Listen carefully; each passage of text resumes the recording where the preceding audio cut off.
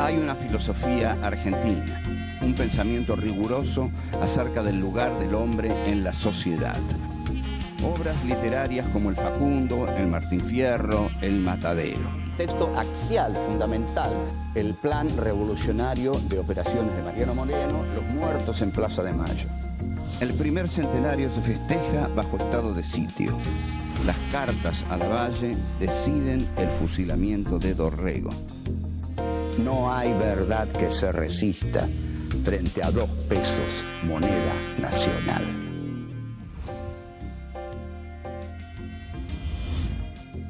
Encuentro 1. El iluminismo y la Revolución de Mayo. 1. Revolución Francesa y Revolución de Mayo. 2. Filosofía y revolución. 3. El objetivo político de la Revolución de Mayo. 4. Un cambio de administración.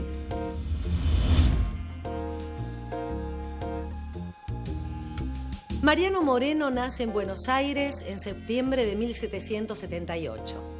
A los 20 años parte a Perú para estudiar en la Universidad de Chuquisaca. Allí conoce la obra de pensadores iluministas como Montesquieu, Locke y Rousseau. Se fascina con la obra de Rousseau y sus ideas revolucionarias. En 1802 finaliza sus estudios de Derecho, regresa a Buenos Aires y comienza a ejercer la profesión de abogado.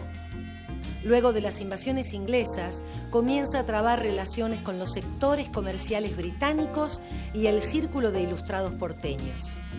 Con la Revolución de Mayo de 1810, asume como secretario de la primera junta. El 30 de agosto presenta el Plan Revolucionario de Operaciones con el objetivo de guiar las acciones de la junta. En enero de 1811, Mariano Moreno es enviado en misión a Londres luego de renunciar a la junta. Muere en alta mar el 4 de marzo de ese mismo año.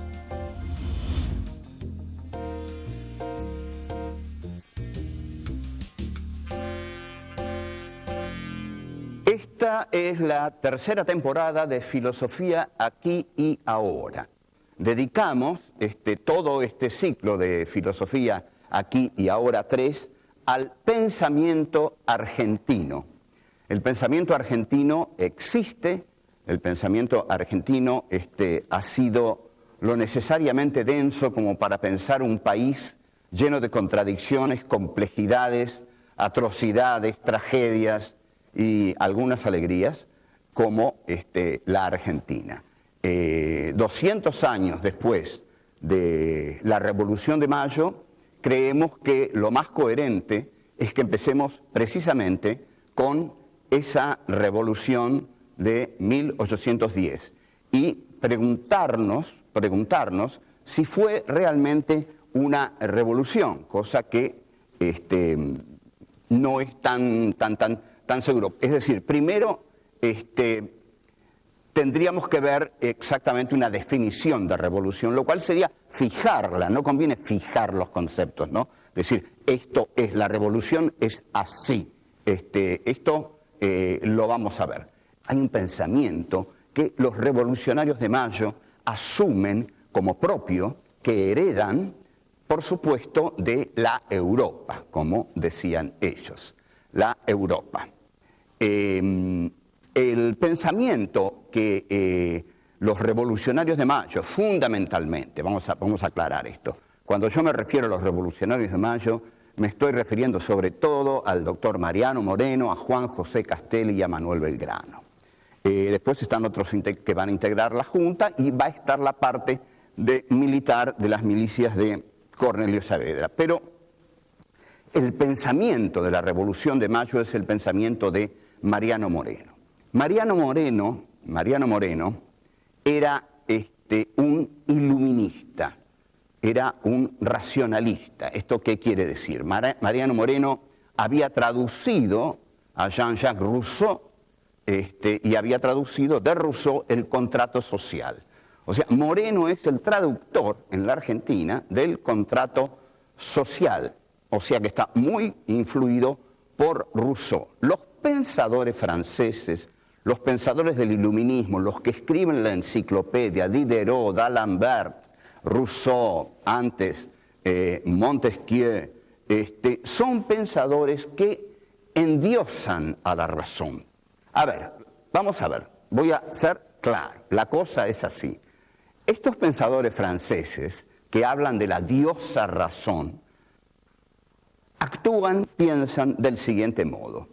La razón está en el hombre, la racionalidad está en el hombre. En las cosas no está necesariamente la razón. Es decir, el mundo no está necesariamente bien ordenado. Lo que tienen que hacer los hombres de razón, los hombres que están iluminados por las luces de la razón, es con esa razón ordenar el mundo. Como vemos entonces aquí, la razón juega un papel revolucionario. La razón nunca está de acuerdo con el orden existente. Y esto lo ilustramos brillantemente con la Revolución Francesa. La Revolución Francesa, ¿qué es lo que va a decir? La Revolución Francesa dice, esto está mal, esto está totalmente mal. Por ejemplo, hay cosas que no vamos a tolerar más. Que María Antonieta, cuando le digan que el pueblo tiene hambre, conteste que coman pasteles, no lo vamos a tolerar. No vamos a tolerar más a los cortesanos de Versalles, el derroche de la monarquía. No queremos más la monarquía. Si Luis XVI viene y nos dice, yo gobierno por derecho divino, no se lo vamos a creer, porque nadie gobierna por derecho divino, porque no hay derecho divino. El único derecho que hay es el derecho de la razón. O sea, gobernar por derecho divino es gobernar irracionalmente. Entonces, es la razón la que va a suplantar ese derecho divino con que los reyes dicen gobernar. Como vemos, entonces, hay aquí una actitud también antirreligiosa. Es decir, si el rey dice que gobierna por derecho divino, no, le van a decir. Se gobierna racionalmente. Es la razón del hombre la que debe gobernar, iluminar la realidad, transformarla. Entonces le cortan la cabeza a Luis XVI. Entonces, esa cabeza cortada ya no va a pensar. Las que van a pensar son las cabezas de los revolucionarios que van a ordenar la realidad de acuerdo a su razón, o sea, de acuerdo al criterio que ellos tienen sobre cómo debe ser ordenada esa realidad. Es la razón la que decide la mejor forma de gobierno que conviene al pueblo.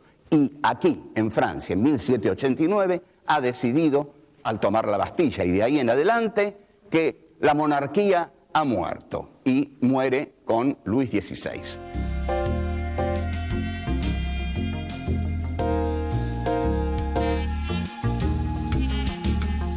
La Revolución Francesa hace algo radical, total, absoluto. Lo que cambia es todo el orden social. Es decir, hay una nueva clase social que toma el poder, que es la burguesía, ¿no? La Revolución Francesa implica la toma del poder por parte de la burguesía y la expulsión de la monarquía. O sea, es un gran movimiento social de transformación. Entonces, nos tenemos que preguntar, ¿qué hace la Revolución de Mayo? Mariano Moreno realmente tenía un plan revolucionario que tenía enormes ambiciones. Leyendo el plan, vamos a ver, comentándolo, las enormes ambiciones que tenía el plan de Moreno. Pero vamos a ver qué tenía Moreno. Tenía enormes diferencias con la Revolución Francesa. La Revolución Francesa fue una revolución popular. La hicieron las masas, la hizo el pueblo pobre, la hegemonizó la burguesía, es decir, la burguesía fue la clase que fue a la cabeza de esa revolución, fue la clase ideológica de esa revolución, pero también arrastró con ella al pueblo pobre que estaba hundido en el hambre. Entonces, esa toma de la Bastilla, que es tan simbólica, donde estaban los detenidos políticos del régimen monárquico, es la exaltación de la libertad. Y así surgen los grandes conceptos de la Revolución Francesa: libertad, igualdad, fraternidad. Ahora bien, ¿qué pasa con la Revolución de Mayo?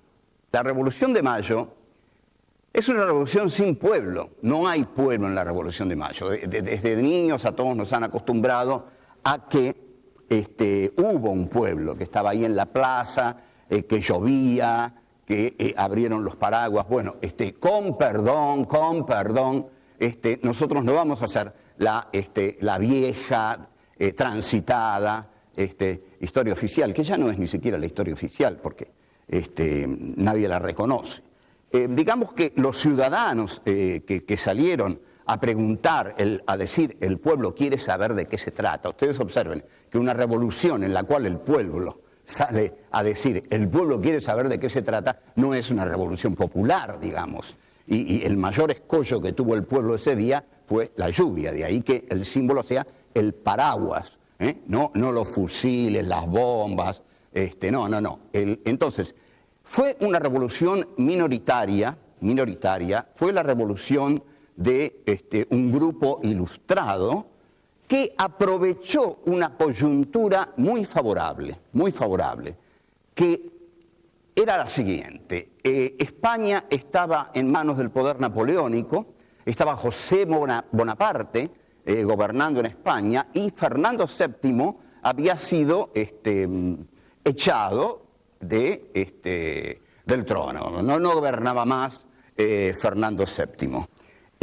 Entonces, los ilustrados de Buenos Aires, que eran una élite realmente ilustrada, que sabía muy bien lo que quería, deciden lo siguiente: nosotros no queremos estar más bajo el dominio español, porque el dominio español es un dominio arcaico, devenido, terminado, es el atraso.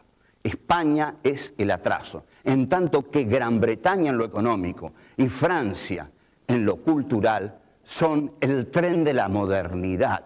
Entonces, la Revolución de Mayo es que el grupo ilustrado de Buenos Aires decide integrarse a la modernidad occidental que encarnan en ese momento Gran Bretaña en lo económico, Francia en lo cultural.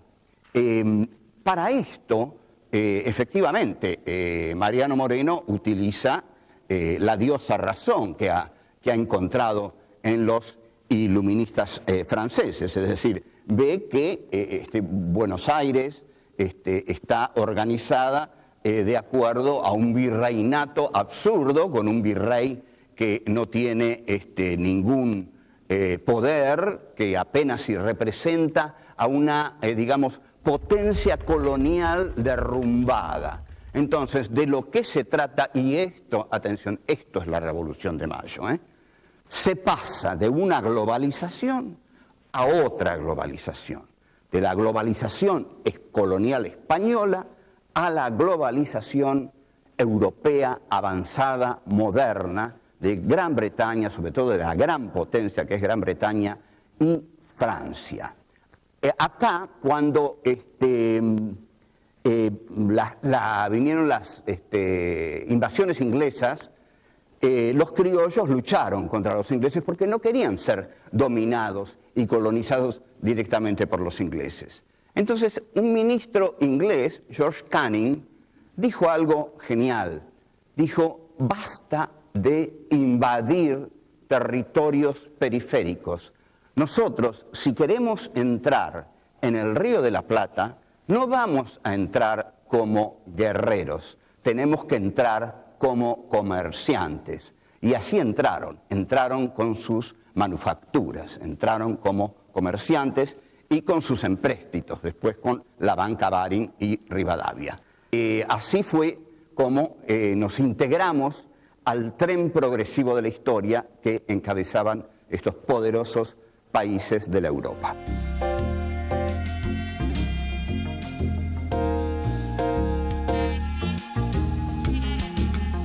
El objetivo político de la Revolución de Mayo, supongo que nos va quedando claro. El objetivo no es hacer una revolución a la francesa. y voy a explicar algo muy, muy importante.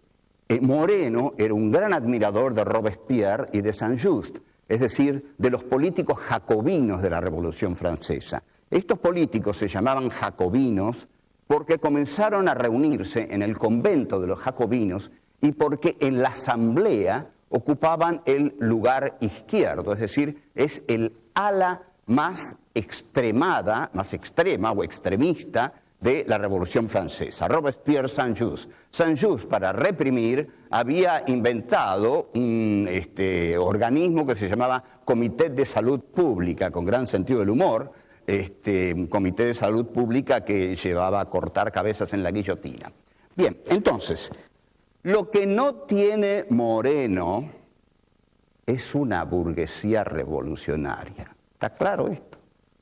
Robespierre, Saint-Just tenían una burguesía revolucionaria, tenían una clase social que podía reemplazar a la monarquía.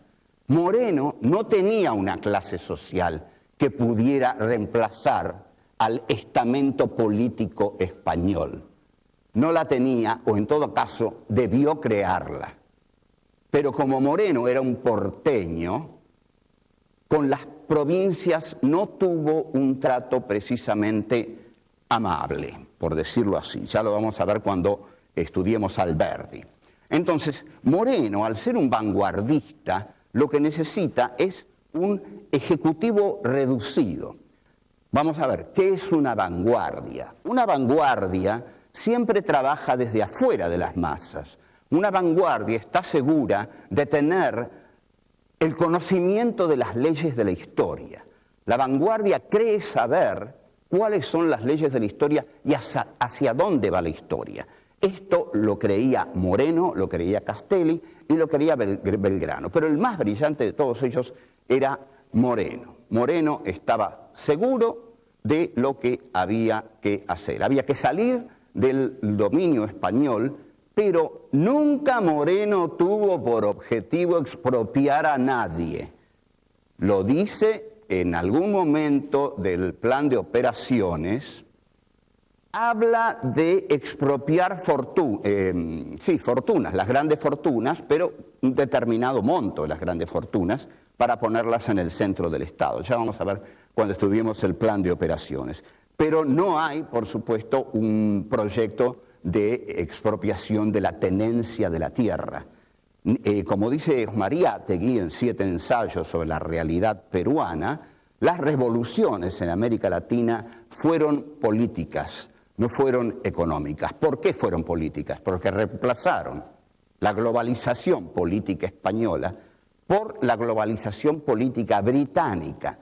Pero Inglaterra de ningún modo se estableció aquí, ni en ningún otro lado, de modo directo, sino que lo hizo a través del trato comercial, que el monopolio español le tenía prohibido. España le tenía prohibido a Inglaterra hacer negocios con los países de América Latina. Entonces, cuando se produce el movimiento de Mayo, atención a esto, las naves ancladas en el estuario del Río de la Plata, las naves inglesas festejan a cañonazos la Revolución de Mayo, porque es el momento de ellos, el momento de entrar como mercaderes, tal como dijo George Canning. Entonces, entrando como mercaderes, derrotan al viejo poder español, aunque la Junta se haya hecho cargo políticamente del gobierno. O sea, que la política de Mariano Moreno y sus 2 o 3 amigos es un ejecutivo reducido que tiene las luces de la vanguardia como para decir, tenemos que echar a los españoles y tenemos que comerciar con los ingleses. Pero Moreno comete un error trágico para él y su proyecto. Larga una circular del 27 de mayo en la cual dice que los diputados de las provincias se van a ir uniendo a la Junta en la medida en que vayan llegando a Buenos Aires. Esta decisión hace pasar la Junta, reservada, pequeña, de Moreno, Castelli, Belgrano Paso, etcétera, etcétera, a la Junta Grande. En la Junta Grande, en la cual es una junta ya democrática, y en la cual las provincias tienen una gran injerencia, Moreno ahí es derrotado.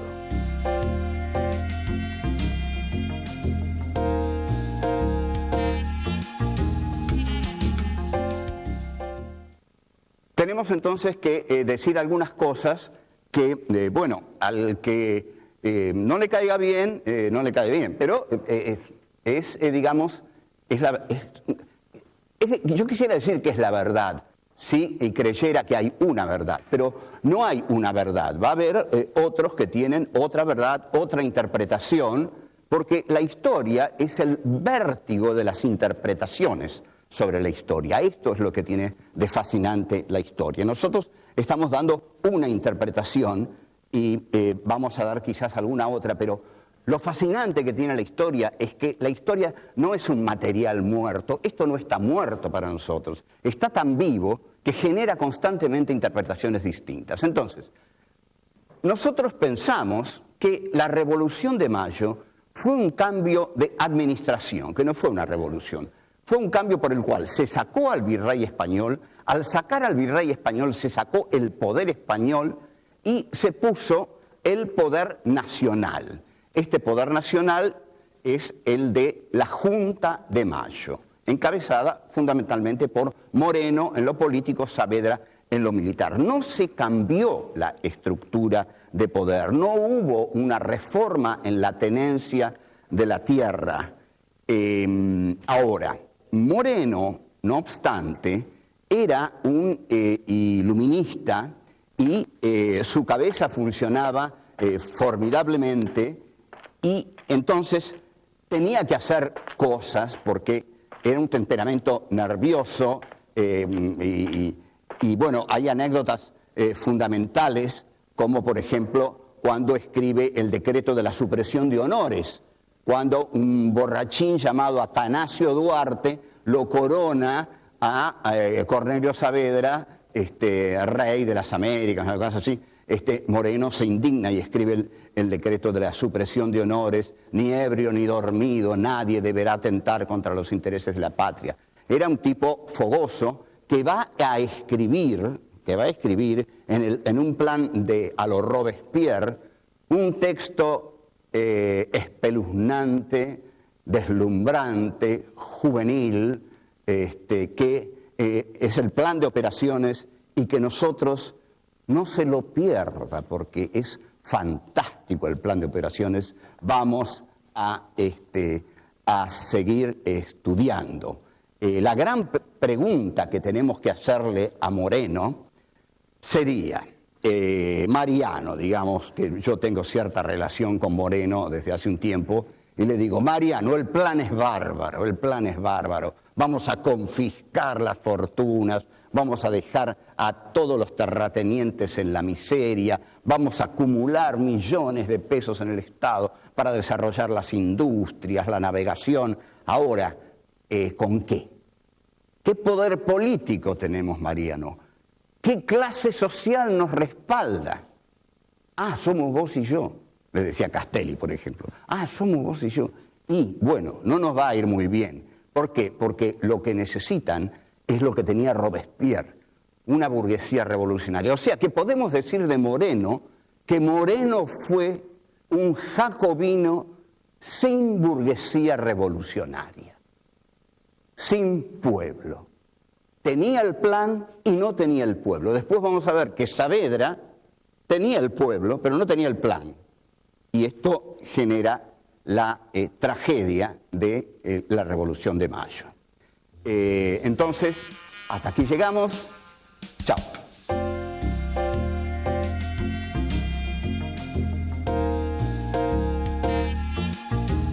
¿Qué hace la Revolución de Mayo?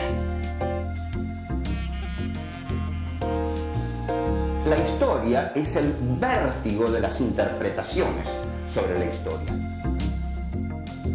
Mariano Moreno utiliza la diosa razón que ha encontrado en los iluministas franceses.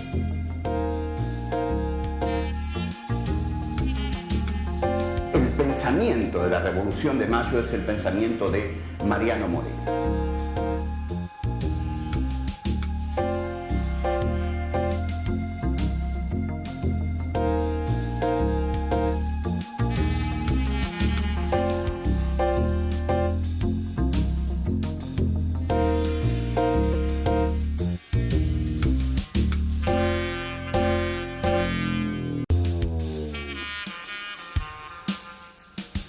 Hay una filosofía argentina, un pensamiento riguroso acerca del lugar del hombre en la sociedad. Obras literarias como El Facundo, El Martín Fierro, El Matadero. Texto axial, fundamental, el plan revolucionario de operaciones de Mariano Moreno, Los muertos en Plaza de Mayo. El primer centenario se festeja bajo estado de sitio. Las cartas a Lavalle deciden el fusilamiento de Dorrego. No hay verdad que se resista frente a 2 pesos, moneda nacional.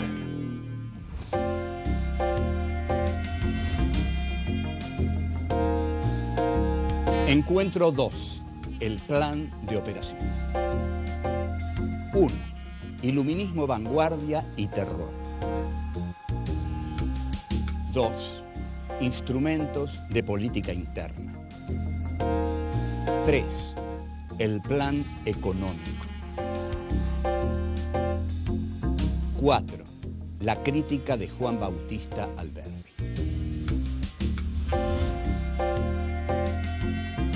Mariano Moreno escribe el Plan Revolucionario de Operaciones y lo presenta el 30 de agosto de 1810 con fines de unificar las acciones de la primera junta. En él, Moreno plasma las ideas y las medidas que considera necesario aplicar a fin de consolidar la grande obra de nuestra libertad e independencia, a solo meses de los sucesos de mayo. El terror, las relaciones con Inglaterra, las ideas proteccionistas, el nacionalismo revolucionario, estos son los temas del plan de operaciones. Se trata de uno de los documentos más apasionantes de la historia argentina. El texto se divide en una parte política y en una parte económica. Moreno desarrolla la parte política bajo la influencia de pensadores del terrorismo jacobino, como Robespierre y Saint-Just. Cuestionado por la historiografía liberal, con sus contradicciones y desmesuras, el plan de operaciones es uno de los textos que más cabalmente expresa la influencia de la razón iluminista en los procesos revolucionarios de mayo.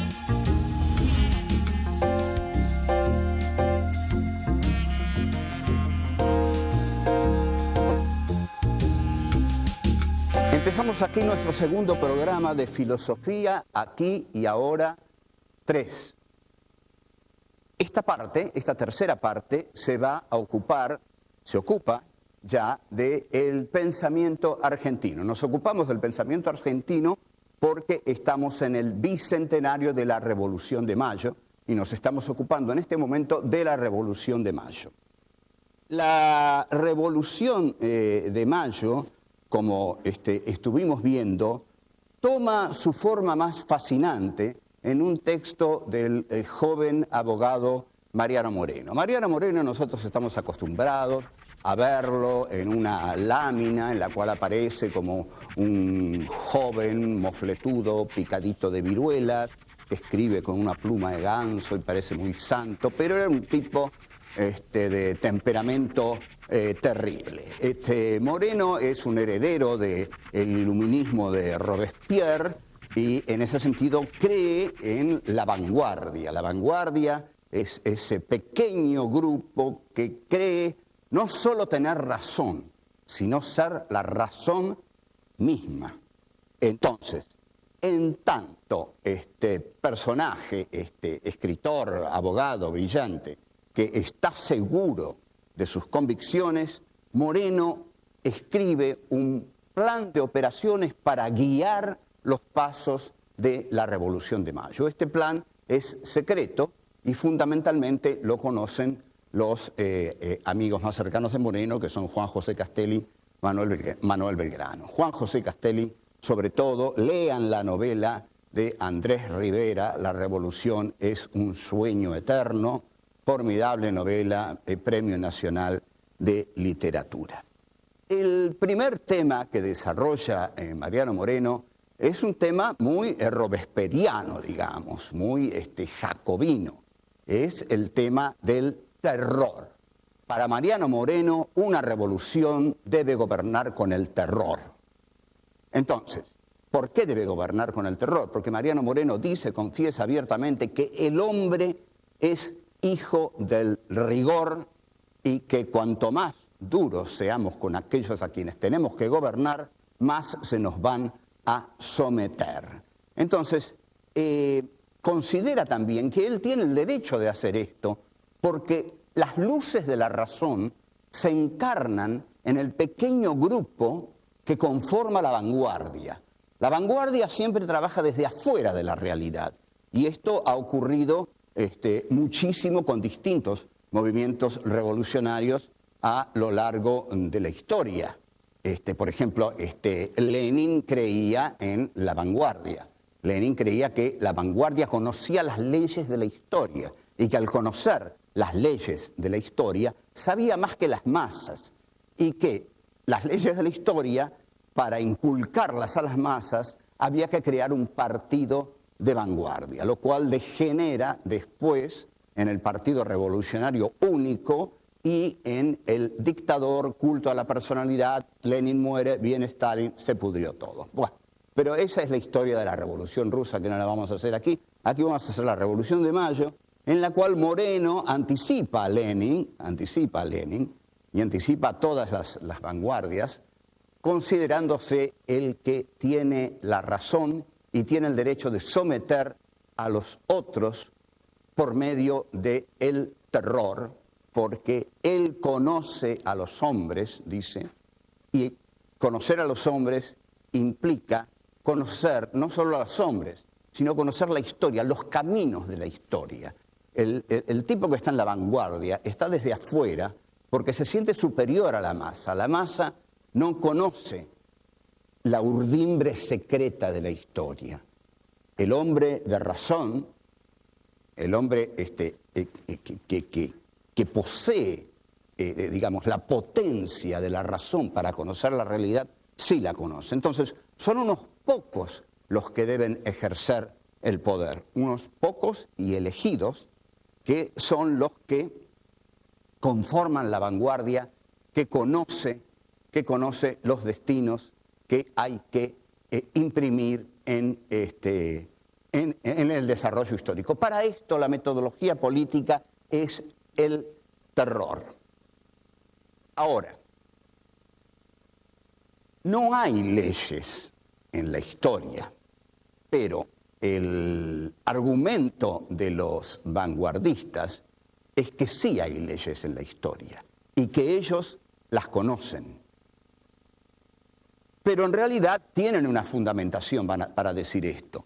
Dicen esto porque creen que las leyes de la historia son las leyes que ellos inscriben en la historia, porque la historia es hija de la razón humana. Y la razón humana está encarnada en los hombres más brillantes, y los hombres más brillantes son los que tienen la racionalidad lo suficientemente poderosa como para ir guiando la historia, ¿no? Inscribiendo su racionalidad en la historia. Seguimos.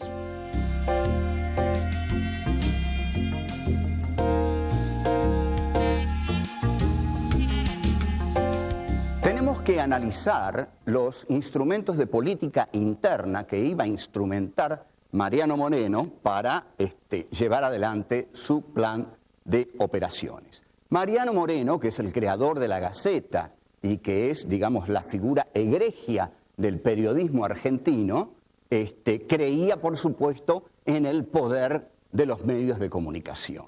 Y en cuanto tal, esa creencia lo llevó a escribir en el plan de operaciones una frase que, si tenemos en cuenta que fue escrita en 1810, es formidable, ¿no? Porque prefigura el futuro. La voy a leer cuidadosamente porque quiero transmitirla tal cual es. Los pueblos nunca saben ni ven sino lo que se les enseña y muestra, ni oyen más que lo que se les dice. Vamos a repetirla, a ver si esto suena un poquito contemporáneo tal vez. Los pueblos nunca saben ni ven, sino lo que se les enseña y muestra, ni oyen más que lo que se les dice. Este es el poder comunicacional del siglo XXI, el sujetar al sujeto del que habla Michel Foucault. Mariano Moreno creía poder hacer esto desde la Gaceta. Imaginemos el poder mediático que hay hoy, y entonces cómo todo esto este poder se ha multiplicado por completo. El iluminista necesita de este poder porque la relación del iluminista con los sujetos es una relación de dominio. Yo, dice el iluminista, quiero llevar a la gente donde yo quiera que vaya la gente. Para eso tengo que colonizar sus conciencias. Esta concepción de Moreno implica una colonización de la subjetividad, que es lo que logran los medios con la subjetividad de los emisores. En el plan de operaciones desarrolla temas tenebrosos. Por ejemplo, dice claramente, me propongo derramar arroyos de sangre, verter sangre. Terrorismo, en realidad, que Moreno ejercita desde el Estado, lo autoriza a él a ejercerlo porque él sabe hacia dónde va la historia. Y el que no lo sepa, el que no le haga caso, se está oponiendo a la racionalidad histórica. Y el que se opone a la racionalidad histórica está a favor del atraso y en contra del progreso de la nación. En consecuencia, debe ser eliminado. Estos son los arroyos de sangre que quiere verter Moreno y que se basa en Robespierre y en Saint-Just, es decir, en la parte del terror de la Revolución Francesa, ¿no? El terror de la Revolución Francesa encarnado en Robespierre. Después distingue Moreno muy claramente tres clases de individuos en la acción revolucionaria, que son los adictos, los enemigos y los espectadores. Adictos, enemigos y espectadores. ¿Cuál va a ser la conducta de Moreno con cada uno de ellos? Con los adictos, favorable. Con los enemigos, su conducta va a ser tremenda, va a ser sanguinaria. A los enemigos los va a matar a todos. No quiere enemigos la revolución moreniana porque va a decir que la patria es digna de cualquier sacrificio que se le ofrezca. También va a apelar a la delación. El que delate a quien se opone a su gobierno será premiado. Será premiado. Incluso llega a decir algo realmente excepcional, terrible, que al que delata a alguien, aun cuando se demuestre que ese alguien es inocente, hay que castigarlo para darle satisfacción al delator. Espero que esto haya quedado claro porque es infernal, ¿no? Ese es el premio al delator. Igual, aunque sea inocente, aquel a quien el delator delató, hay que castigarlo para premiar al delator. O sea que la política interna que instaura Moreno es una política de dominación brutal porque es una política de pocos. Cuando la política se hace sin el pueblo, se hace en contra del pueblo y entonces hay que acudir a la dictadura y al terror para llevarla adelante. Todo esto Moreno lo encara en nombre de la grandeza de la nación. Siempre se apela a este tipo de cosas, ¿no? La grandeza de la nación. Lo cierto es que cuando alguien considera que él representa a la grandeza de la nación, pobrecitos los demás, porque están en serio peligro de ser exterminados delatados, castigados por el terror que se implanta desde esa concepción.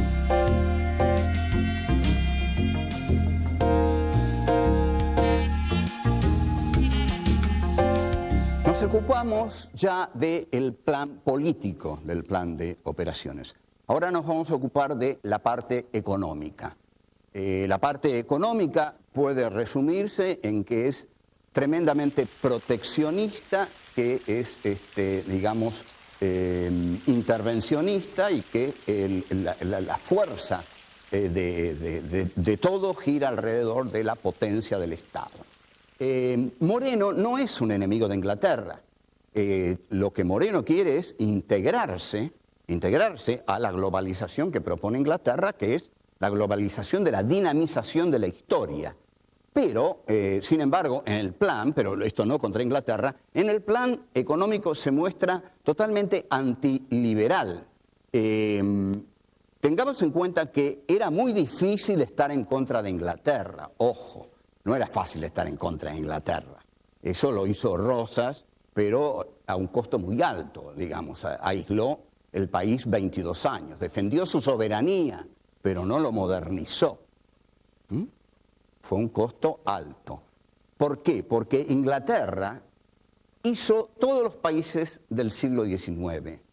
Intervino en todas las manipulaciones que fueron creando los países del siglo XIX. Y Moreno acá, entonces, está con Inglaterra para liberarse de España. Hay que liberarse de España y entrar en la órbita inglesa.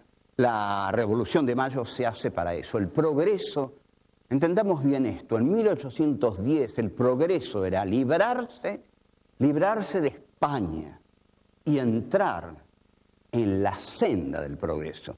Porque el siglo XIX es el siglo del progreso, de la idea del progreso. El siglo de la imagen que avanza sin detenerse y a la cual hay que unirse o quedar vegetando fuera de la historia. El plan económico del plan de operaciones podemos calificarlos como un nacionalismo revolucionario. Vamos a tratar de desarrollar esto. ¿Qué es un nacionalismo revolucionario? Un nacionalismo revolucionario, ante todo, le da un papel fundamental al Estado. Y efectivamente, Mariano Moreno propone centralizar toda la economía en el Estado. Desde el Estado, entonces, es que hace muchas cosas. Se propone trabar las importaciones suntuarias. Hay ideas de Moreno realmente que son tan atractivas. Vamos a ver algunas más. Por ejemplo, propone el control estatal del crédito y las divisas. Y también esta es muy atractiva, ¿no? ¿Por qué propone esto? Porque el Estado necesita fondos, dice Moreno. Para hacer la Revolución de Mayo el Estado necesita fondos. Entonces basta de importaciones suntuarias y nosotros vamos a controlar las divisas. Y algo un poquito más osado. Este es el punto más osado del plan de operaciones. Moreno propone confiscar las fortunas parasitarias. O sea, si una familia, habría muchos nombres hoy para dar, ¿no? Pero bueno, no los vamos a dar aquí ahora. Pero si una familia tiene en la Patagonia, digamos, 70.000, 100.000, 200.000 leguas de tierras parasitarias, Moreno se las confiscaría. Si averigua que una familia todopoderosa tiene invertida en el Banco de Londres no sé cuántos millones de pesos, se los confisca el Estado para poder desarrollar ¿qué? Moreno quiere desarrollar la agricultura, quiere desarrollar todo lo que pueda dar la potencia en el país, quiere desarrollar las industrias, quiere desarrollar todo aquello que lleve a la autonomía económica de la República. Entonces, la pregunta es esta. El plan es brillante y el plan puede efectivamente consolidar un Estado revolucionario. Pero ¿con qué poder piensa Moreno llevar a cabo ese plan? No tiene poder político, no tiene bases. Sin bases sociales no hay plan revolucionario que pueda imponerse. Esto es lo que no entienden nunca algunos grupos de la izquierda argentina que proponen programas revolucionarios extremos y tienen 3 adherentes a su partido. Entonces, bueno, hay una asimetría, una sincronía tremenda entre lo que proponen y aquellos medios que tienen para imponer eso que proponen. Lo mismo pasaba con Moreno. El plan de Moreno era brillante, pero Moreno nunca se ocupó de nuclear las bases sociales necesarias para imponer ese plan. Había un plan, pero no tenía un pueblo.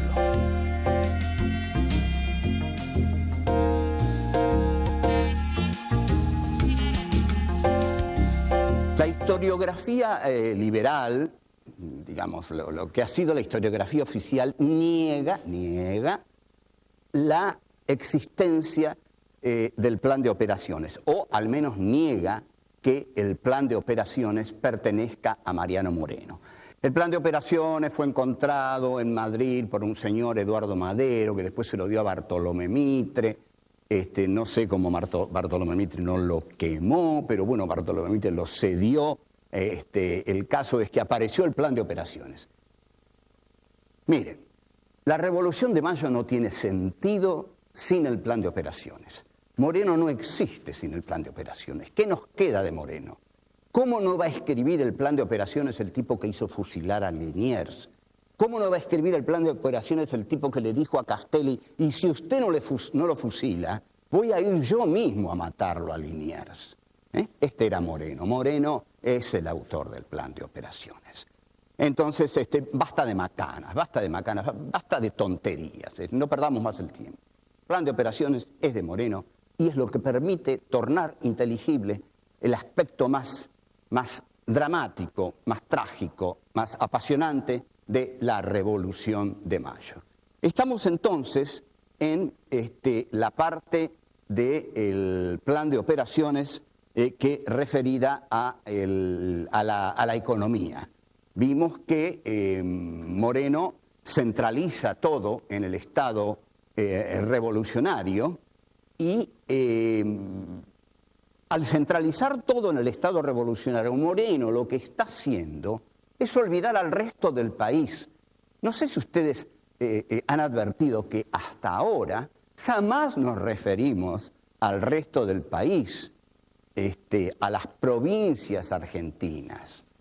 La Junta lo que erróneamente hace es una especie de invasión a las provincias argentinas e incluso el torpe fusilamiento de Santiago de Liniers, que era popularmente muy querido. Esto es lo que le reprocha Juan Bautista Alberdi, que vamos a calificar aquí como el más grande pensador que hubo en la Argentina. Alberdi, en el tomo 5 de sus escritos póstumos, dice de la Revolución de Mayo: la Revolución de Mayo es un movimiento que se hizo para suplantar la autoridad de España e implantar la de Buenos Aires sobre las provincias. Entonces, Alberdi dice lo siguiente: se trata de un proceso de colonialismo interno, frase que figura en los póstumos 5 de Alberdi, tomo 5 de los escritos póstumos. Colonialismo interno. ¿Qué es un colonialismo interno? Cuando un sector del país coloniza al resto, vive a expensas del resto del país. Entonces, para las provincias, dice Alberdi, Mayo es la reforma del coloniaje, no es la abolición del coloniaje. Se reforma el coloniaje, pero no es su abolición.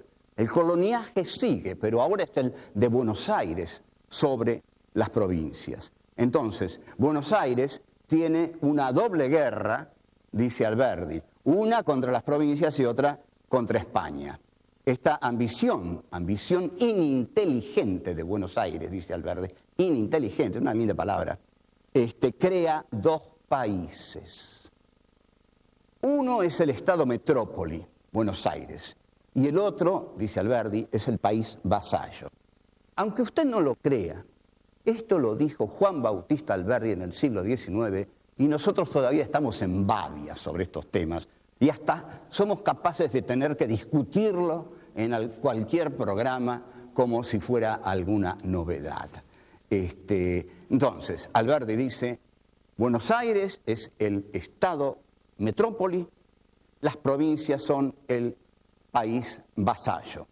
El Grupo Ilustrado de Buenos Aires intenta dominar al interior del país. Esto implica, lleva a la práctica el concepto vanguardista de la política que tenía Moreno. La vanguardia es aquellos políticos que hacen la política sin el pueblo. Moreno no tiene pueblo porque no convoca a las provincias. Moreno no tiene pueblo porque en lugar de negociar con las provincias, las invade. Entonces, Moreno, dice Alberdi, nada menos que Juan Bautista Alberdi, lo que hace la Revolución de Mayo, y esto es definitivo, esto es Alberdi, y Alberdi lo vio clarísimo. La Revolución de Mayo suplanta el poder de España sobre la Argentina por el poder de Buenos Aires sobre las provincias. Hay otro coloniaje, un coloniaje interno. Este coloniaje interno es ahora el dominio de Buenos Aires sobre las provincias que inaugura Moreno y la Revolución de Mayo. Chao, hasta luego.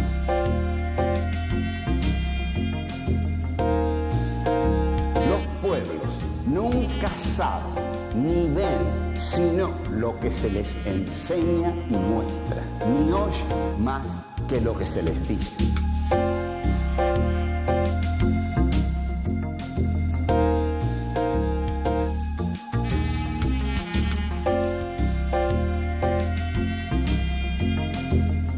Sin bases sociales no hay plan revolucionario que pueda imponerse.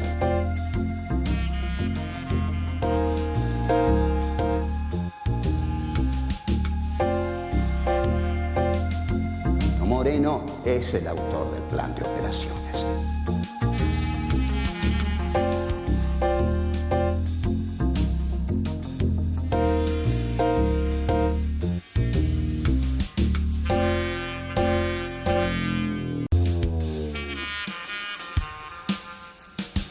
Hay una filosofía argentina, un pensamiento riguroso acerca del lugar del hombre en la sociedad. Obras literarias como El Facundo, El Martín Fierro, El Matadero. Texto axial, fundamental, el plan revolucionario de operaciones de Mariano Moreno, Los muertos en Plaza de Mayo. El primer centenario se festeja bajo estado de sitio. Las cartas a Lavalle deciden el fusilamiento de Dorrego. No hay verdad que se resista frente a 2 pesos, moneda nacional.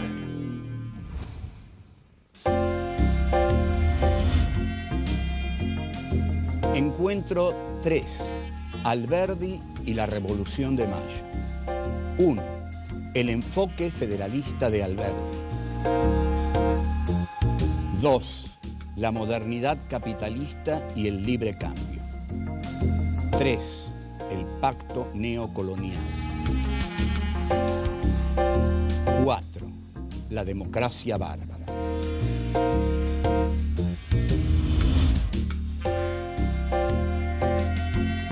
Juan Bautista Alberdi nace en Tucumán en agosto de 1810. A los 14 años llega a Buenos Aires para estudiar en el Colegio de Ciencias Morales y continúa sus estudios en la Universidad de Buenos Aires y en Córdoba. A partir de 1835, junto con otros intelectuales como Esteban Echeverría, Juan María Gutiérrez y Vicente Fidel López, participa del Salón Literario en donde se intenta un abordaje intelectual de la situación del país.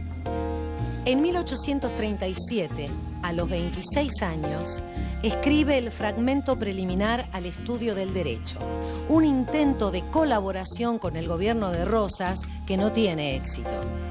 En 1838, perseguido por el régimen rosista, Alberdi se exilia en Montevideo, desde donde realiza fuertes críticas al gobierno de Rosas. A partir de 1855 reside en Europa como diplomático de la Confederación Urquicista. Crítico de la Guerra del Paraguay y de las políticas de Buenos Aires, regresa a la Argentina en 1879. Sin embargo, en medio de fuertes enemistades, a los pocos años decide regresar a Europa. Muere en Neuilly-sur-Seine, Francia, en junio de 1884.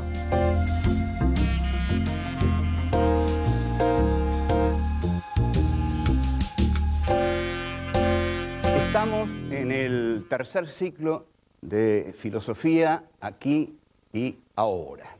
Este es justamente nuestro tercer programa en el cual nos vamos a ocupar de una relación, una interpretación que tiene Alberdi sobre la Revolución de Mayo. Esta interpretación que hace Alberdi está en un libro suyo que pertenece a los escritos póstumos de Alberdi, que son 16 tomos que se editaron más o menos 1895 y han sido reeditados.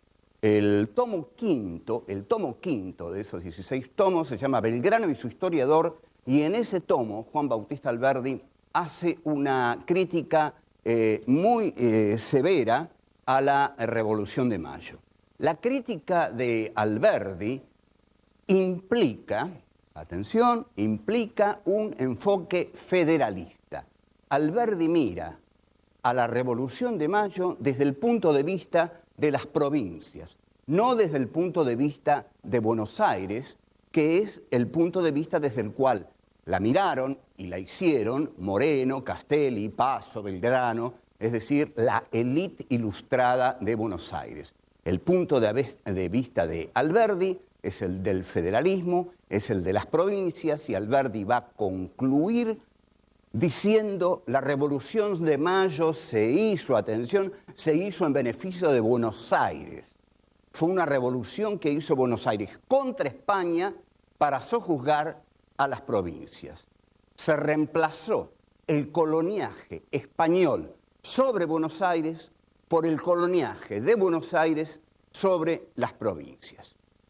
Con este pensamiento, Juan Bautista Alberdi, que fue un hombre inteligentísimo y que vivió la mayoría de su vida exiliado, como muchos de los hombres inteligentes de la Argentina, que tienen que vivir afuera del país porque este país no tolera demasiado la inteligencia, Alberdi es un permanente exiliado. Y desde el exilio escribe este tomo quinto, en el cual, y a partir del cual, nosotros podemos trazar dos líneas de interpretación en la historia argentina. Usted está habituado a conocer una sola. El revisionismo histórico a partir del 30 intentó hacer conocer otra, que fue una visión alternativa, pero que en verdad cambió un panteón de héroes por otro panteón de héroes. Nosotros tratamos de ver una historia argentina que no tiene héroes, sino que tiene seres humanos de carne y hueso, con virtudes, defectos, y con toda la complejidad que tiene la historia. La complejidad de la historia viene porque la hacen los hombres, y los hombres son seres realmente complejos. Entonces, estamos hablando de dos líneas en la historia argentina desde el pensamiento de Alberdi. Alberdi representa a la línea del liberalismo integracionista. Alberdi representa el intento de hacer un país integral, no centrado en el poder de Buenos Aires, sino que ese poder de Buenos Aires integre también a las provincias. Alberdi va a hablar, y más adelante lo vamos a ver, de una democracia culta y de una democracia bárbara. La democracia bárbara estaría en las provincias, pero Alberdi va a decir, sin esa democracia bárbara no hay país. No se puede hacer un país excluyendo los cultos a los bárbaros. No hay país así. Lo que hay es una élite, una ciudad poderosa que domina a todo el resto del país. Y esto es lo que surgió de la otra línea del liberalismo, que es la línea del liberalismo excluyente, la línea del liberalismo que expresan Sarmiento en el Facundo, y que luego va a expresar Mitre en su política, sobre todo en la política que Mitre realiza después de la batalla de Pavón de 1861, en la cual Urquiza le entrega la batalla. Pero eso ya lo vamos a ver. La cuestión es que en el liberalismo excluyente, lo que se excluye es todo el país, menos Buenos Aires. El liberalismo excluyente se centra en Buenos Aires. En Buenos Aires está la élite y el resto del país tiene que someterse a los intereses de Buenos Aires. Eso para Alberdi es la Revolución de Mayo. Ahora bien, vamos a pensar en Moreno, porque Moreno es el que inaugura el disparador de la Revolución de Mayo, junto con las milicias de Saavedra y junto con su grupo de amigos. Castelli, fundamentalmente Juan José Castelli, que en una extraordinaria novela, Andrés Rivera, en una novela que se llama La Revolución es un sueño eterno, Rivera retrata a Juan José Castelli. Para desdicha de muchos admiradores de Moreno y de Castelli y de Belgrano, mi interpretación de la Revolución de Mayo va a consistir en afirmar que no fue una revolución. Así que, queridos amigos míos de la izquierda moreniana, están ustedes avisados, no fue una revolución. Fue algo muy interesante, pero no una revolución, ya lo veremos.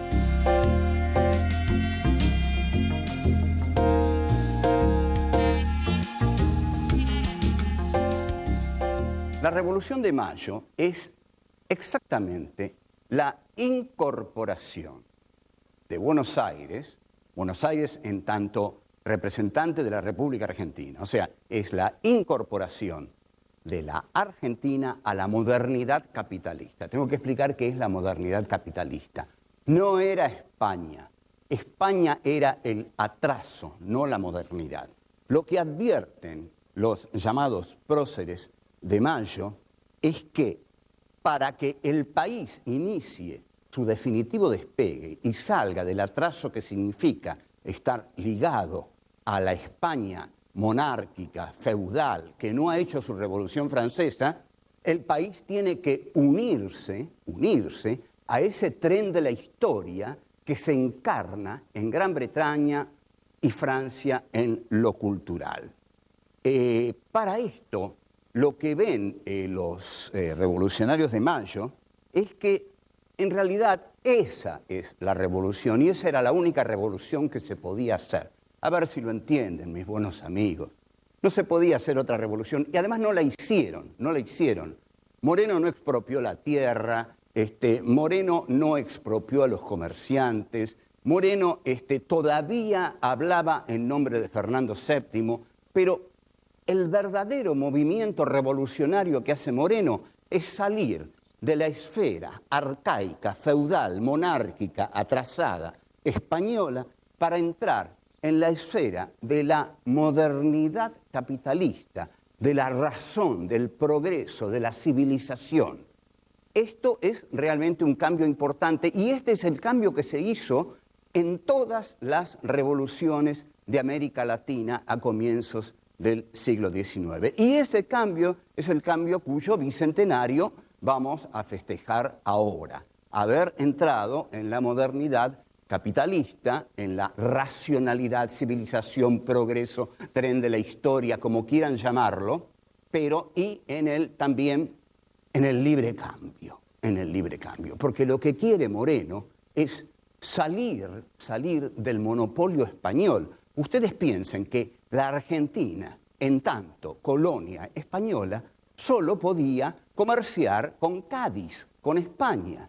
Y esto era terrible, no lo quieren para nada, ni los comerciantes del puerto, ni la élite ilustrada, no lo quieren, digamos, los que están ligados a las esferas de poder. Lo que quieren es comerciar libremente con quienes se le antoje. Quieren quebrar el monopolio español y en efecto lo quiebran. Al quebrar el monopolio español comienzan a comerciar con Inglaterra, sobre todo, que es para ellos el taller del mundo, ya vamos a ver lo que es eso, y vienen los libros de Francia. Nosotros no podemos ni imaginar lo que era para Buenos Aires recibir libremente los libros de Francia que España impedía entrar en la Argentina. Y además, todo el comercio con Inglaterra se hacía a través del contrabando, o sea que era blanquear una situación. La Revolución de Mayo era blanquear una situación. El libre cambio. Vamos a preguntarnos qué es el libre cambio. El libre cambio nace en Inglaterra en el siglo XIX. El libre cambio es la doctrina esencial del sistema de producción capitalista. Pero en Inglaterra, en 1815, había una ley que se llamaba la ley de cereales. Esto es muy simple. ¿Por qué la ley de cereales? Porque la burguesía industrial, a raíz de estas leyes de cereales, estaba obligada a comprar sus materias primas a la aristocracia cerealera británica. Pero la burguesía industrial se da cuenta que puede conseguir sus materias primas a precios mucho más reducidos si las compra en las colonias. Entonces, para eso necesita derogar la ley de cereales que protegía a la aristocracia cerealera británica. En esta tarea se unen el proletariado y la burguesía británicas y derogan la ley de cereales. Cuando derogan la ley de cereales queda inaugurado el libre cambio. Entonces, la burguesía industrial británica puede importar todas las materias primas que quiera de todas las colonias que ha tomado. Y la aristocracia cerealera, bueno, se joroba.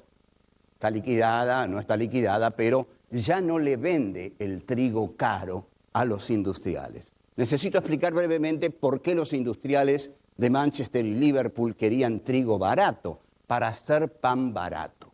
Ustedes saben cómo se calculaba el salario de un obrero por aquellos elementos necesarios para mantener su vida. En consecuencia, el pan era muy importante. En consecuencia, si la burguesía industrial conseguía el trigo mucho más barato en las colonias, ¿para qué se lo iba a comprar a la aristocracia cerealera británica?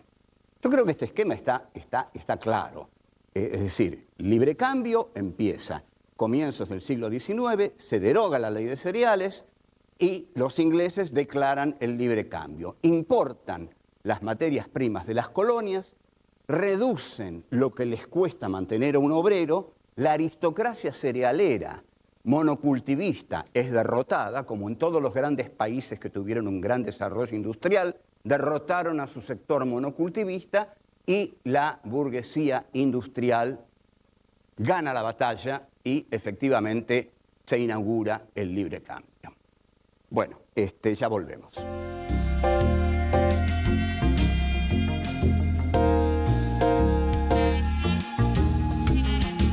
La Revolución de Mayo no crea una nación independiente. Se puede decir que crea una nación independiente del poder español, y esta es la gran tarea de San Martín, digamos, ¿no? Liberar a América Latina del poder español, que como dije era un poder arcaico. Pero lo que hace Moreno y su grupo de élite es crear una nación que se incorpora a la modernidad que en ese momento están encarnando las naciones europeas. Se establece aquí algo que quiero decir, y a mis amigos morenistas que incorporen bien este concepto. Se inaugura con Moreno el pacto neocolonial. El pacto con España era un pacto colonial de absoluta dependencia. No teníamos bandera, no teníamos himno, no teníamos independencia, no teníamos Congreso de Tucumán. Bueno, los ingleses son muy inteligentes. George Canning, Richard Cobden, Adam Smith van a decir, pero déjenlos, que tengan bandera, que tengan himno, que tengan todo lo que quieran, que sean independientes, pero que hagan negocios con nosotros. Ese es el pacto neocolonial. Reemplazar la dominación directa por la dominación económica, que comienza claramente con el empréstito Baring Brothers de Rivadavia. Entonces, lo que Moreno ve claro es que el país puede salir adelante si establece un nuevo pacto con las naciones más poderosas de Europa. Por otra parte, nadie me va a negar que una revolución se hace con el pueblo. Si no se tiene pueblo, no se puede hacer una revolución. El pueblo estaba en el interior del país, y el interior del país estaba poblado por gauchos, que para Moreno no eran el pueblo, porque lo que Moreno estaba buscando y necesitando, ya que su modelo era la Revolución Francesa, era una burguesía revolucionaria tal como la que habían tenido Robespierre, Saint-Just. En este sentido, y creo que voy a decir algo bastante nuevo, Moreno tiene el mismo problema que va a tener Lenin en Rusia. Moreno no tiene la clase social capaz de ponerse como base a su proyecto revolucionario. No tiene una burguesía revolucionaria, no hay burguesía. Hay estamentos del Imperio Español, hay comerciantes y hay una campaña agrícola ganadera. No hay una burguesía revolucionaria. Moreno es un revolucionario sin burguesía. Voy a hacer la comparación con Lenin. Ustedes observen el caso de Lenin, como es exactamente parecido al de Moreno. ¿Qué hace Lenin? Lenin hace la revolución. Pero ¿qué tiene Lenin? Tiene un campesinado. No tiene un proletariado urbano como Lenin necesita, porque es un marxista. Para Marx, la revolución se hace con el proletariado urbano. Y el proletariado urbano surge del desarrollo del sistema capitalista. Entonces Lenin se plantea el siguiente problema. Para tener un proletariado urbano, yo necesito un desarrollo capitalista en Rusia, y eso me va a llevar por lo menos medio siglo. Luego de medio siglo va a surgir un proletariado urbano. No puedo esperar tanto. Como no tengo proletariado urbano, voy a crear una ideología revolucionaria que voy a incluir, que voy a deslizar, que voy a meter verticalmente en las masas campesinas para llevarlas a la revolución desde la ideología. O sea, Lenin quería hacer una revolución socialista, pero no tenía el proletariado. Y Moreno quería hacer una revolución democrático-burguesa, pero no tenía a la burguesía.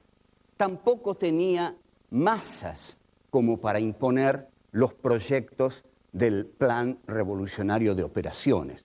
Porque si yo me propongo crear un Estado intervencionista y confiscar las grandes fortunas, yo me puedo proponer eso. Digamos, esto es lo que hoy propone, digamos, el Partido Obrero, lo propone a cada rato. Digamos, lo que hay que hacer es expropiar. Cuando sube Cámpora, el ERP le plantea a Cámpora que lo que tiene que hacer es expropiar a la oligarquía. Y bueno, le dice Cámpora, no sé cómo hacerlo porque no puedo.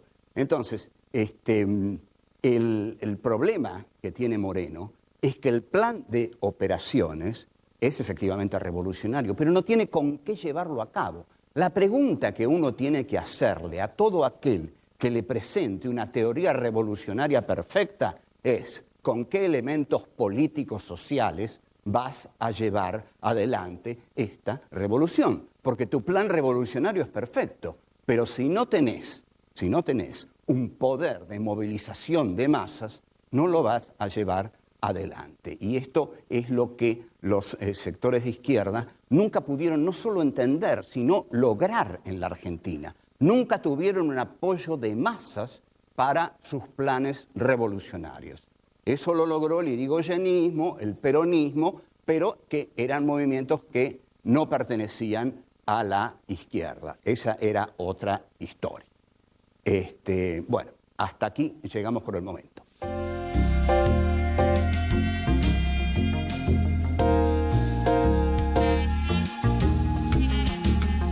En el tomo quinto de los escritos póstumos, Juan Bautista Alberdi va a estudiar detenidamente qué era lo que había en el interior del país. Eso que no le interesó a Moreno y a la élite ilustrada moreniana, que creían representar la civilización, el progreso, las luces de la razón. Lo que había en el interior del país, Alberdi lo va a llamar democracia bárbara. Es un concepto genial de Alberdi. Democracia bárbara porque claramente para Alberdi ese pueblo de las provincias eran las bases reales del país.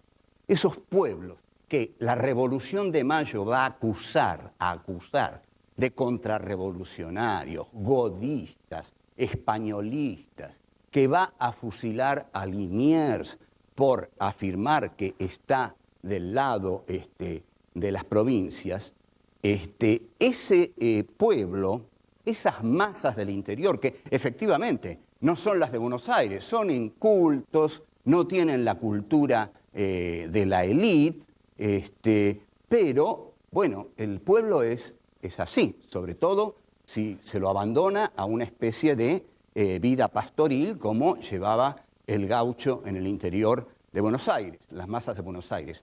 Pero Alberdi le da la estatura constitucional, filosófico-política de democracia bárbara. Democracia bárbara significa que esos a quienes Buenos Aires llama los bárbaros, esos son la expresión de la democracia, porque son la mayoría, la plebe, aquellos que merecen ser representados, que merecen la dignidad de ser representados. ¿Por quiénes son representados? Son representados habitualmente por caudillos. Estos caudillos surgen de la masa, surgen del pueblo, son líderes que el pueblo del interior se va dando a sí mismos. Es así como los pueblos del interior comienzan a tener sus propios jefes. Esta era la reacción del federalismo surgente en las provincias contra la prepotencia de Buenos Aires, que en verdad invade las provincias para afirmar su poder económico-político sobre ellas. Finalmente lo va a lograr a través de la aduana y el puerto, pero luego de casi un siglo de guerras civiles. Entre tanto, ahí surge el federalismo del interior.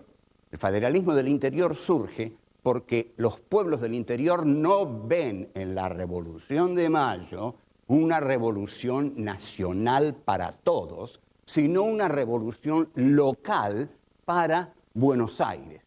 Ahí aparece lo que se va a dar en llamar las montoneras federales. La palabra montonera surge de una expresión que quiere decir gauchos que andan en montón. Estas montoneras van a tener sus jefes, sus caudillos, van a ser una de las expresiones más genuinas, más coloridas, más vibrantes, más sudorosas, ardientes, estruendosas de la política argentina. Van a ser derrotadas a lo largo de todo el siglo XIX, pero recién en 1874, el último caudillo, Ricardo López Jordán, es asesinado. Mientras tanto, Buenos Aires ha tenido que luchar casi un siglo contra el federalismo y estuvo a punto de perder. Estuvimos a punto de tener un país integrado. Ya esto lo vamos a ver.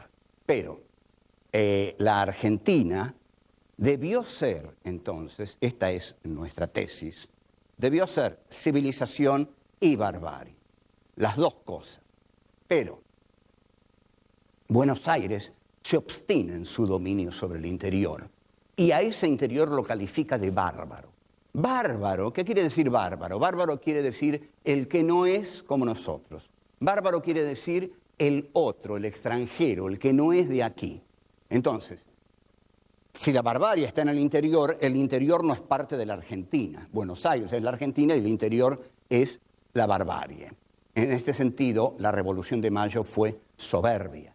Fue fruto de la soberbia de Buenos Aires porque se hizo, como dice Alberdi, ignorando a la democracia bárbara.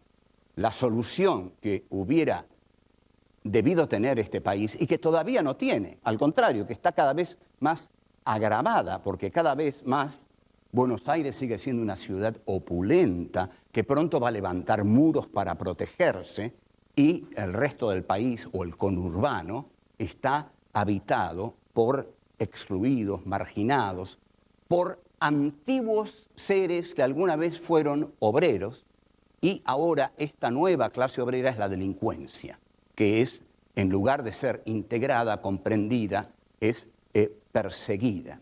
¿Por qué?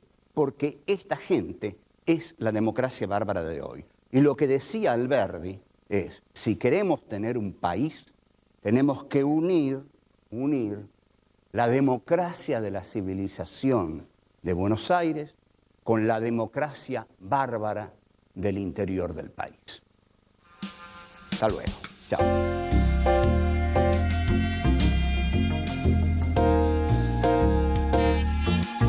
La Revolución de Mayo no crea una nación independiente.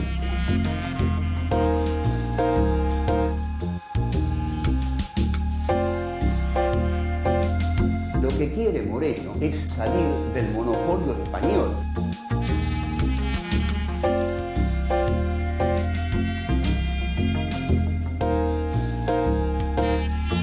Una revolución se hace con el pueblo.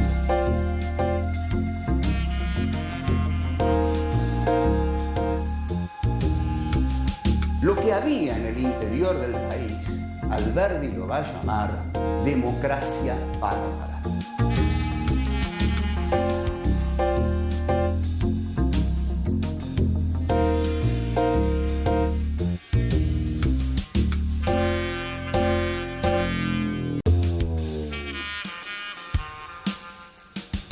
Hay una filosofía argentina, un pensamiento riguroso acerca del lugar del hombre en la sociedad. Obras literarias como El Facundo, El Martín Fierro, El Matadero. Texto axial, fundamental, el plan revolucionario de operaciones de Mariano Moreno, Los muertos en Plaza de Mayo. El primer centenario se festeja bajo estado de sitio. Las cartas a Lavalle deciden el fusilamiento de Dorrego. No hay verdad que se resista frente a 2 pesos, moneda nacional.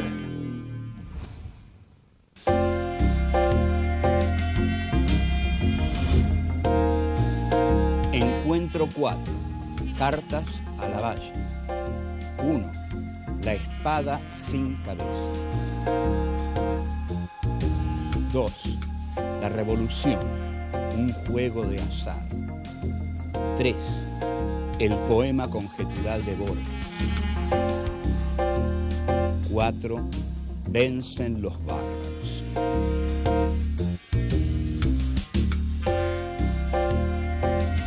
Manuel Dorrego asume como gobernador de Buenos Aires en agosto de 1827. El Partido Unitario rechaza sus políticas de integración con el interior y en diciembre de 1828 el general Lavalle lo derroca. Dorrego es derrotado en Navarro e intenta huir, pero es entregado a los hombres de Lavalle por 2 de sus oficiales. El 13 de diciembre, Manuel Dorrego es fusilado. En 1829, Juan Manuel de Rosas asume su primer gobierno presentándose como el vengador de Dorrego, y Lavalle se erige como el enemigo del régimen rosista. En 1840, Lavalle lanza una ofensiva militar que Rosas aprovecha para intensificar la actividad de la mazorca. Son los llamados días del terror rosista. Lavalle se acerca a Buenos Aires, pero no avanza. Se retira hacia el norte y llega a Jujuy el 8 de octubre de 1840. Muere a las 6 de la mañana del día siguiente en un confuso episodio a mano de una partida de federales.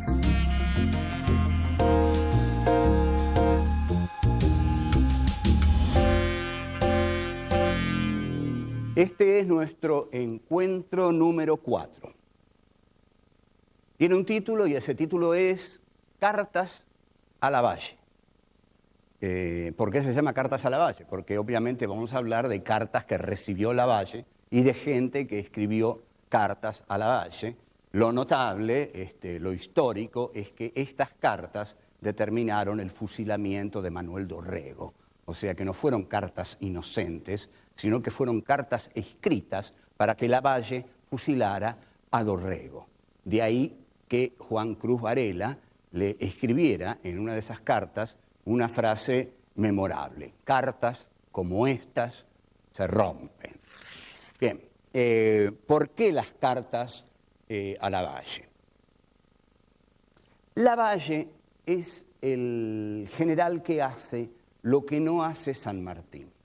Seguramente todos ustedes recuerdan una frase famosa de San Martín: jamás desenvainaré mi espada en luchas fratricidas. Es decir, que San Martín hizo la guerra contra los españoles y nunca intervino con el ejército libertador en las luchas intestinas entre federales y unitarios. Lavalle vuelve con las tropas del ejército libertador de la guerra con el Brasil y da el primer golpe de Estado de la historia argentina.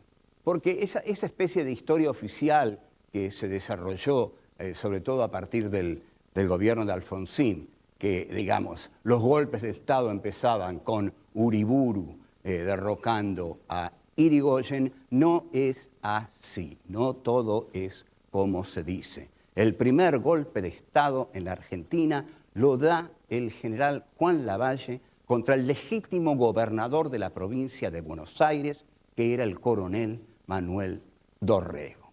Dorrego era un hombre con simpatías por el federalismo y Lavalle es un hombre conquistado por los unitarios. Lavalle, entonces, pone el ejército libertador, atención a esto, pone el ejército libertador como policía interna. Es decir, Lavalle hace el pasaje de lo que hoy llamaríamos defensa nacional, que es lo que debe hacer el ejército, es decir, defender a la nación de los enemigos externos. Lavalle pone al ejército a hacer el trabajo de la seguridad nacional, es decir, pone el ejército tal como lo puso en la década del 60 la revolución de Onganía, la revolución argentina. Es decir, el ejército que sigue la doctrina de la seguridad nacional tal como lo hizo Videla. En estos momentos se discute mucho o se acepta, afortunadamente se acepta en el ejército argentino que el ejército está para la defensa nacional. Es decir, que si un enemigo externo agrede a la Argentina, el ejército argentino va a salir a enfrentarlo. Pero si el conflicto es interno, el ejército argentino no tiene que intervenir, porque esa sería la teoría de la seguridad nacional. La otra es la de la defensa nacional, que es la que actualmente desarrolla el ejército argentino para bien de todos nosotros, porque si no, volverían los golpes de Estado. Bueno, Lavalle realiza su golpe, y derrota a Dorrego en la batalla en Navarro. A Dorrego lo traicionan dos militares, Hacha y Escribano, y se lo entregan a Lavalle, y Lavalle decide si lo va a fusilar o no. Ahí es donde Lavalle, a quien llaman el cóndor ciego y a quien califican de espada sin cabeza, comienza a recibir cartas de determinados dirigentes unitarios, prominentes dirigentes unitarios. Una de esas citas es la que voy a leer cuidadosamente ahora. Pertenece a Salvador María del Carril y la carta de Salvador María del Carril es conceptualmente poderosa y dice así: General, yo tenía y mantengo una fuerte sospecha de que la espada es un instrumento de persuasión muy enérgico y que la victoria es el título más legítimo del poder. Esta frase es excepcional. Esta frase hubiera fascinado a Michel Foucault, porque para Foucault la verdad es resultado del poder. No existe una verdad para Foucault. La verdad es el poder de imponer la verdad.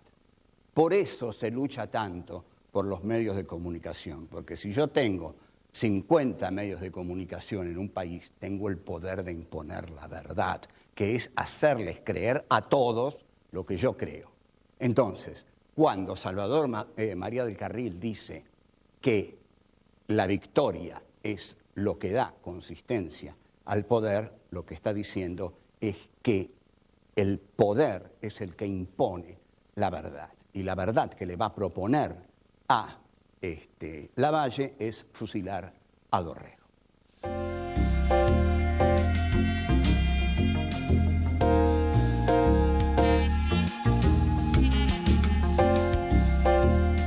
Esta carta de Salvador María del Carril que vimos tiene una fuerza excepcional. También la tienen las otras cartas, sobre todo la que le va a escribir un poeta unitario que va a terminar exiliándose en Montevideo, huyendo de Rosas, que es Juan Cruz Varela.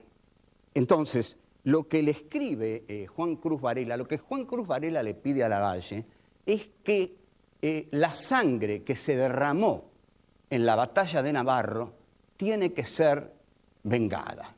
O sea, lo que está pidiendo es una venganza por la sangre derramada. Nosotros podríamos hacer una historia de la Argentina siguiendo esta dialéctica, digamos así, de la sangre derramada. Se derrama la sangre y se pide derramar sangre para vengar la que se derramó. Se derrama esa sangre y después se pide derramar otra sangre para vengar la que se derramó. Y así, y así, y así, la historia termina siendo una historia de sucesivas venganzas por la sangre que se ha derramado. En última instancia, una historia de la sangre y la violencia, y eso es más bien espantoso, pero cada vez la historia humana se está pareciendo más a ese matiz cruel, que es lo que un humanismo reflexivo, filosófico, debería luchar por evitar. Ahora bien, lo que hace Juan Cruz Varela, él se da cuenta que eso no le conviene que se sepa. Mucha gente se da cuenta que hace cosas que no convienen que se sepan. Entonces Juan Cruz Varela, después de recomendarle a Lavalle que hay que vengar la sangre que se derramó en Navarro, es decir, usted, general Lavalle, derrame más sangre para vengar la que se derramó en Navarro, le dice, recuerde, cartas como estas se rompen, porque no quiere que esa carta trascienda. Lo notable es que estas cartas trascendieron. Después voy a decir mi tesis acerca de por qué trascendieron estas cartas. La otra carta, vamos a volver al otro personaje, es Salvador María del Carril, que es el personaje del cual ya leímos una carta, y que tiene tal precisión conceptual que esta carta es, digamos, un texto fundamental para reflexionar acerca de las revoluciones en la historia. Voy a leer la cita. La cita dice así, es la carta de Salvador María del Carril al general Juan Lavalle, y le dice: prescindamos del corazón en este caso. Es decir, prescindir del corazón es prescindir de los sentimientos. Prescindir de los sentimientos es tener el corazón frío y dispuesto para hacer lo que sea necesario. Lo que sea necesario. Bien, sigue la carta de Salvador María del Carril. Así, considere usted la suerte de Dorrego. Mire usted que este país se fatiga 18 años hace en revoluciones sin que una sola haya producido un escarmiento. En esto, Salvador María del Carril olvida el fusilamiento de Santiago de Liniers a manos de la Junta de Buenos Aires. El fusilamiento de Santiago de Liniers es una obra, digamos, que lleva a cabo la primera Junta y que lo realiza Juan José Castelli, que recibe instrucciones de Moreno, y Moreno le dice, como todo hombre, digamos, que tiene todo bien puesto, no solo las ideas, que si usted no mata a Liniers, voy a ir yo y lo voy a matar personalmente. La revolución, tal como la piensa Moreno, que la piensa al estilo jacobino, al estilo sangriento, se liga también del modo en que la piensa Engels en un texto muy famoso que se llama De la autoridad, en el cual Engels dice: no hay nada más autoritario que una revolución. Vuelvo a Del Carril, que cerca del final de su carta escribe un texto asombroso, excepcional y cruel. Una revolución es un juego de azar en el que se gana hasta la vida de los vencidos. Esta frase, como ustedes podrán ver, justifica todos los fusilamientos posteriores a cualquier revolución. Digamos, la revolución que hace Lavalle contra Dorrego, para Salvador María del Carril justifica el fusilamiento de Dorrego. La revolución del 55 contra Perón justifica el fusilamiento del general Juan José Valle. Y muchas otras revoluciones en la historia justifican el fusilamiento de los oponentes a la revolución. Los revolucionarios siempre consideran que tienen el deber y el derecho de fusilar a aquellos que se oponen a la revolución. Esto lo llevó a cabo como nadie la Revolución Francesa, pero luego lo realizaron también otras revoluciones. Pero ya vamos a hablar de ese tema largamente.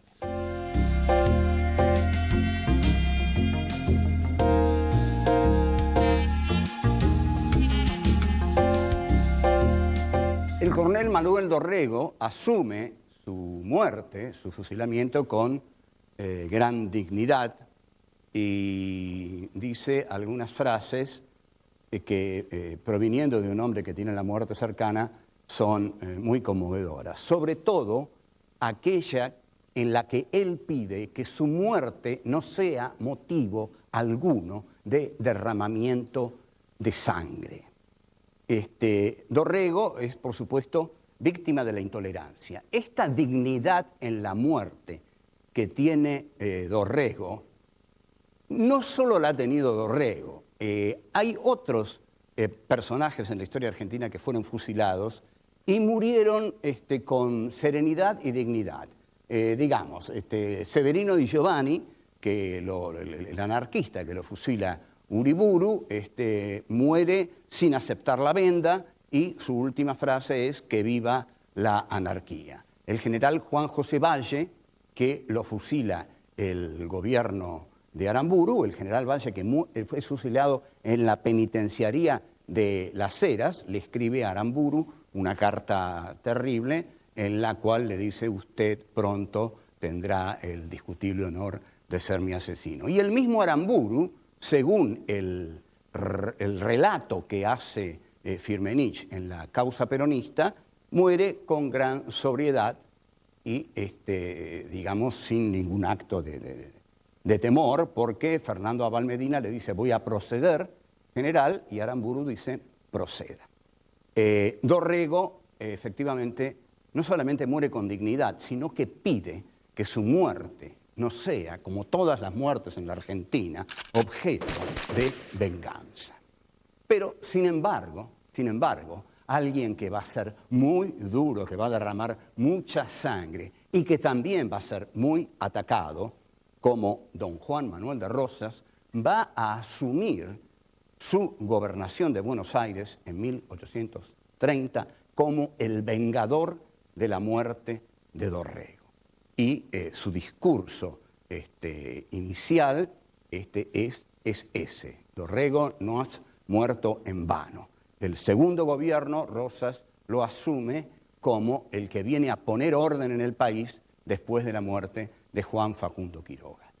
Lo que a mí me interesa es ver cómo es posible superar esta antinomia que hirió a la historia argentina. La antinomia entre civilización y barbarie. ¿Qué pasa? ¿Es realmente la ilustración de la ciudad de Buenos Aires, la ilustración de los cultos, es realmente la civilización? ¿Son realmente los que no pertenecen a la cultura, los que pertenecen a la base, los que pertenecen al pueblo, los, en última instancia, iletrados o que no tienen una cultura elevada, son la barbarie? No puede este país integrarse. Hay un momento que un escritor argentino, Jorge Luis Borges, ustedes lo conocen porque estamos de Borges un poquito hasta acá, pero bueno, Borges escribió un gran poema. Lo notable del poema de Borges es que va mucho más allá en profundidad que las ideas políticas que tenía Borges, que eran pobrísimas. Las ideas políticas de Borges eran las de una señora gorda, digamos, no mucho más. No es nada, digamos, tampoco novedoso en la literatura argentina.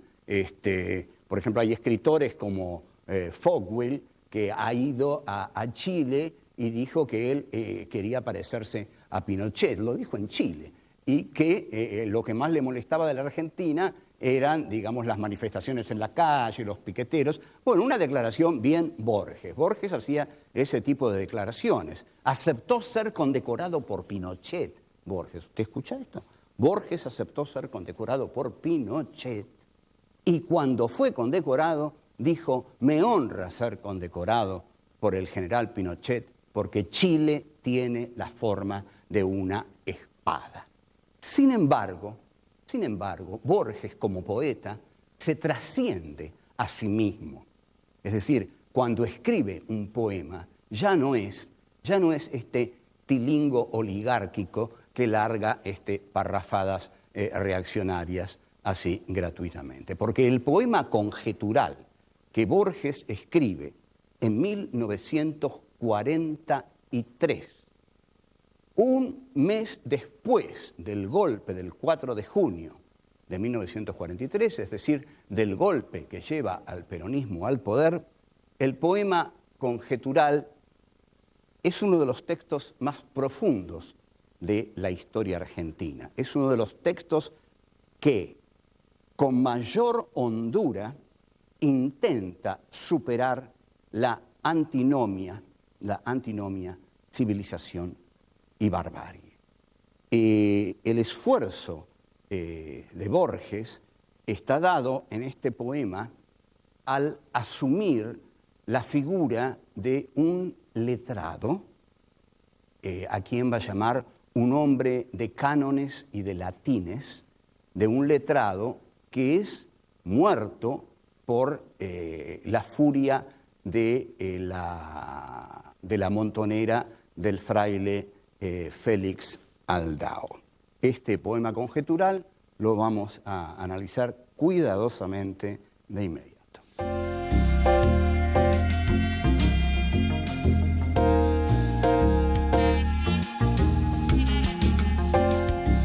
El poema conjetural de Borges, de julio de 1943, está escrito en la forma de un monólogo interior de Narciso Laprida. Narciso Laprida, ustedes recordarán, es el hombre que declaró la independencia de lo que Borges llama en su poema Nuestras crueles provincias, que va a ser el título de una muy buena novela de Héctor Tizón, buena como todas las que escribe Tizón. Laprida ha perdido la batalla y se sabe vencido por la montonera de Félix Aldao. Laprida piensa, entonces, antes de morir, porque es un monólogo interior lo que escribe Borges, la batalla está perdida y la victoria es de los otros. Los bárbaros vencen, los gauchos vencen. Vamos a detenernos en esto.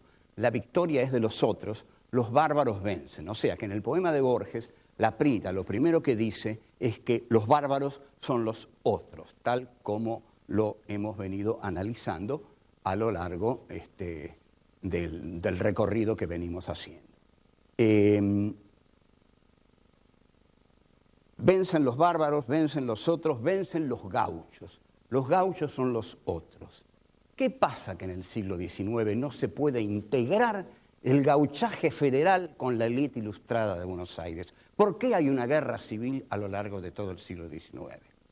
Porque Laprida sigue reflexionando y dice, estoy huyendo por arrabales últimos, dice, hacia el sur. El sur es siempre en Borges el territorio de la barbarie. Finalmente, Laprida dice, yo, un hombre de cánones, de latines, un hombre culto, estoy por morir en medio de ciénagas. Estoy por morir en medio del barro, en medio de la suciedad, asesinado por la barbarie. Y sin embargo, cuando Narciso de Laprida siente lo que él llama el íntimo puñal, este es el mejor adjetivo para mí de toda la prosa de Borges. Borges para mí no se ha lucido siempre con sus adjetivos, en principio porque adjetiva demasiado, pero el íntimo puñal, dice Laprida, ese íntimo puñal que penetra en su garganta es suyo, es suyo. Ese íntimo puñal le da su condición de sudamericano. Morir así, morir en campo abierto, morir en medio del estruendo de la batalla, morir a manos de la barbarie, hace de este civilizado un sudamericano, porque en esa muerte se conjugan civilización y barbarie, porque él ahí se da cuenta de que no es un europeo, que vive en este territorio que es Sudamérica, que es un territorio, digamos, de sonido y de furia, para usar la frase de Faulkner, ¿no? Es un territorio de estruendo, de sangre, de batallas, de contradicciones insolubles, pero sin embargo, cuando Laprida siente que ese cuchillo de la barbarie lo completa a él como sudamericano, porque él es a la vez un civilizado y un bárbaro, en ese momento la poética de Borges llega a su más alta expresión. Y ahí Laprida dice, yo encuentro aquí mi destino sudamericano. ¿Por qué? Porque un sudamericano no solamente es un hombre de letras, de cánones, de latines, es también un hombre que tiene que asumir la barbarie del territorio en el cual ha crecido.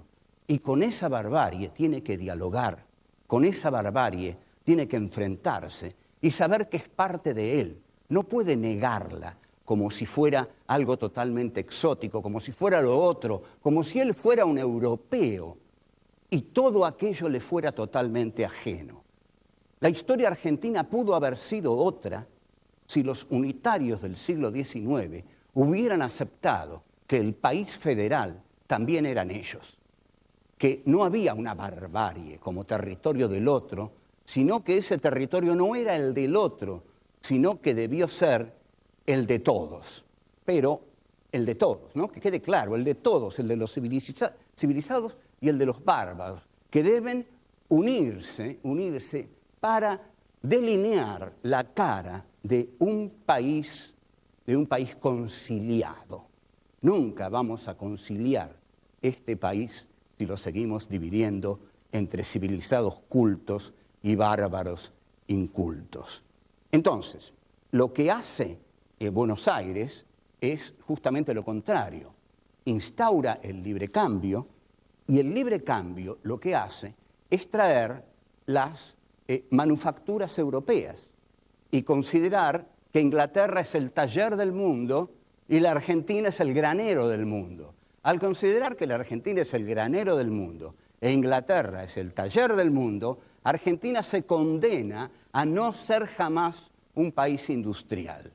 Y al dejar que penetren las mercancías de Europa, arrasa con las industrias nacientes, artesanales del interior, que alguna vez pudieron haber dado un rostro fabril a nuestro país, que no lo tuvo nunca. Bueno, esto es todo y hasta luego.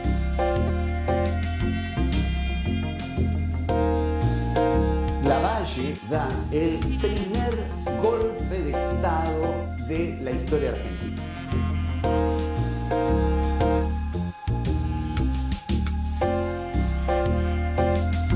La verdad es el poder de imponer la verdad.